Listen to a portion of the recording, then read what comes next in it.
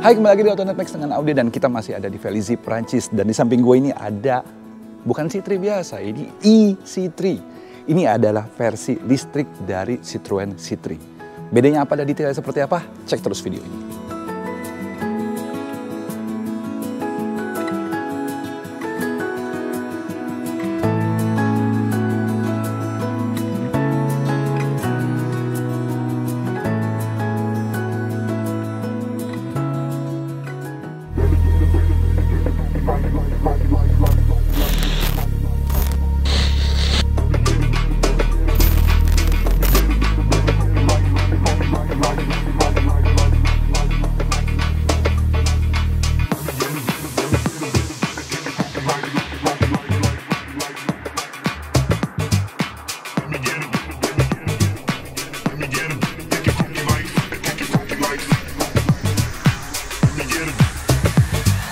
Kita bahas eksteriornya si e-C3 ini. Jadi secara desain dia masih sama persis dengan si C3 bensinnya. Cuman kalau kalian lihat lebih detailnya, tuh. Di sini dia kayak ada slot untuk charger elektriknya. Dan kalau kalian lihat lagi juga di sini ada emblem E.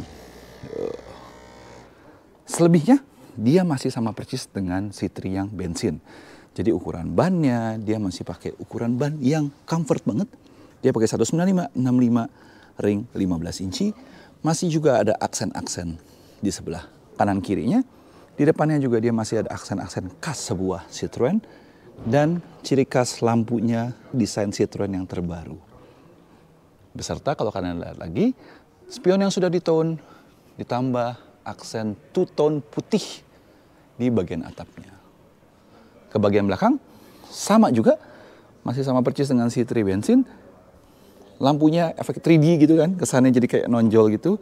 Dan di sini dia ada tulisan e-C3. Cakep ya. Tapi lucunya satu nih.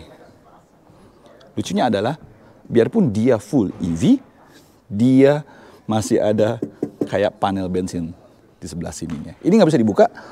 Mungkin perhitungan kos kali ya, untuk menghilangkan ini mereka agak males.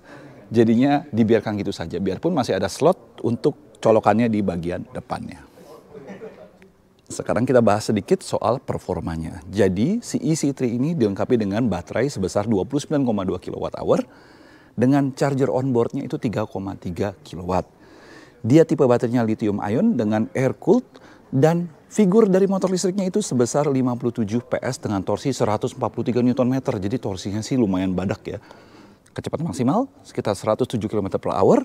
Dan range-nya bisa sampai 320 km. Jadi pemakaian untuk dalam kota maupun agak keluar kota dikit lah ya. Masih bisa banget. Ditambah untuk pengecasan dalam 57 menit itu kalian bisa dapat 10-80% penuh. Dan dia sudah mendukung pengecasan dalam mode DC. Tapi dengan spek seperti ini, mobil ini masih punya berat yang hitungannya wajar untuk mobil segede gini. Karena dia berat GVW-nya hanya 1,3 ton saja. Jadi dengan berat 1,3 ton ini, mobil ini selaras dengan konsep Citroen yang ngapain bikin baterai gede-gede, mendingan entengin aja mobilnya. Baterainya nggak usah gede-gede, toh efisiensinya juga nyampe. Tambahan lagi, mobil ini menggunakan baterai yang diletakkan di bagian bawahnya, jadi di bagian lantainya. Jadi dia tidak mengurangi akomodasi dan membuat center of gravity-nya tetap bagus. Penempatan baterai di kolong itu juga ternyata membuktikan bahwa ini nggak cuman konversi biasa. Jadi ternyata pembuatan C3 ini dari awal sudah mempertimbangkan bahwa akan ada versi BEV-nya, akan ada versi listriknya. Jadi platform bagian bawah itu atau rangka bagian bawah itu sudah dicoak gitu ya, kayak disiapkan untuk menampung baterai. Jadinya baterainya nggak terlalu nongol sampai gimana banget. Biarpun masih tetap nongol sih.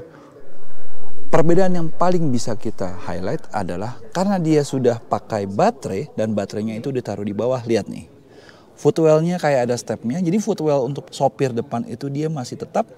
Dalamnya masih tetap, cuman dari sini ini ke belakang itu dihuni oleh baterai. Jadi kalau kita lihat ke bagian belakangnya, di bagian belakangnya itu lantainya untuk bagian penumpang itu jadi sedikit lebih tinggi dibandingin si versi bensinnya. Jadi baterainya sendiri, karena dia ditaruh di bawahnya agak nongol. Tuh kan, sama dia dicat hitam. Dan konon ini membuat ground clearance-nya berkurang 4 cm dibandingin versi bensinnya. Jadi versi bensinnya 180 mm, dia hanya 140 mm.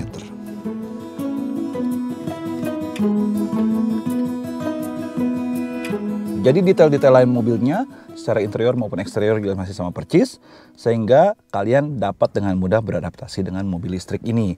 Tapi di sisi negatifnya, mobilnya terlihat seperti konversi dari mobil bensin ke mobil listrik, bukan mobil EV sepenuhnya.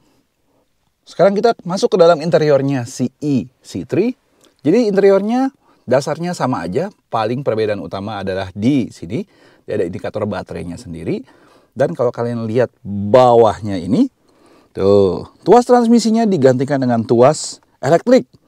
Ini mirip kayak si EC4. Dan di sini dia ada eco mode. Jadi driving mode-nya dia bisa eco maupun normal. Juga ada RND-nya di sini untuk mengatur pergerakan mobil. Selebihnya, detail-detail seperti knop AC, head unitnya, setirnya, maupun kursi-kursinya semuanya sama dengan C3 versi bensin. Which is a good one ya. Karena kalian nggak usah adaptasi banyak-banyak. Tapi mobil ini terlihat seperti sebuah mobil konversi.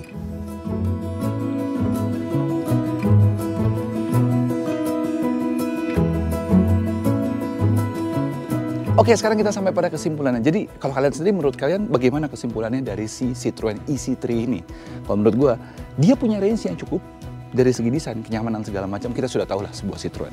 Tapi balik lagi ya, kalau mobil ini diimpor langsung dari India, pasti harganya nggak bakal masuk akal gitu kan, untuk terjangkau untuk sebagian besar orang. Sedangkan di India sendiri, konsep ini, si e-C3 ini, adalah sebuah mobil listrik yang terjangkau. Nah, Citroen Indonesia harus memikirkan bagaimana membawa e-C3 ini, EC lokal atau bagaimana, biar bisa dapat subsidi dan harganya masuk akal.